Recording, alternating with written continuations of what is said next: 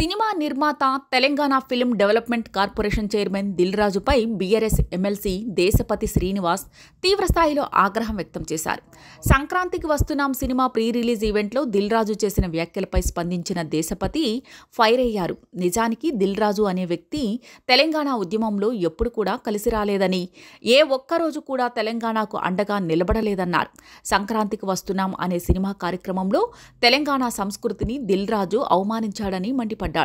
ఆయనకు ఆంధ్రాలోనే సినిమాలకు వైబ్ ఉంటుందట, తెలంగాణలో వైబ్ ఉండదట అంటూ దుయ్యబట్టారు.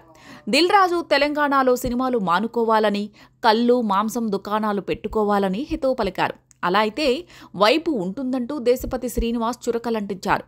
మరోవైపు సీఎం రేవంత్ రెడ్డి రెండు నాలుకల ధోరణి మరోసారి నిరూపితమైందని దేశపతి శ్రీనివాస్ ఆరోపించారు. గేమ్ చేంజర్ సినిమాకు అదనపు షోలు ఎందుకు, టికెట్ రేట్ల పెంపు ఎందుకు అని దేశపతి ప్రశ్నించారు.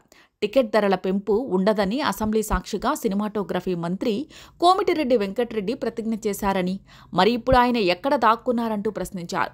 ఈ జీవోపై వివరణ ఇవ్వాలన్నారు. దిల్ రాజుకు ప్రత్యేకమైన ప్రీవిలేజ్ ఎందుకని నిలదీశారు. ఇక నుంచి బెనిఫిట్ షోలు, అదనపు షోలు ఉండవని సీఎం రేవంత్ రెడ్డి నెల రోజుల క్రితం అసెంబ్లీలో ప్రకటించారని గుర్తు చేసిన దేశపతి, మరి గేమ్ చేంజర్కు ఎందుకు ప్రీవిలేజ్ ఇస్తున్నారని ప్రశ్నించారు.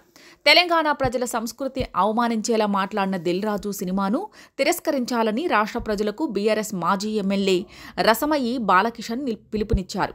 తెలంగాణ భవన్లో ఎమ్మెల్సీ దేశపతి శ్రీనివాస్తో కలిసి రసమయి బాలకిషన్ మీడియాతో మాట్లాడారు. నేను నిజాయితీగా మాట మీద నిలబడతానని పొంకనాలు పలికిన రేవంత్ రెడ్డి రాత్రికి రాత్రి గేమ్ చేంజర్ సినిమాకు బెనిఫిట్ షోలు, అదనపు షోలకు జీవో జారీ చేశారు. దీనిపై సమాధానం చెప్పాల్సిన అవసరం ఉంది.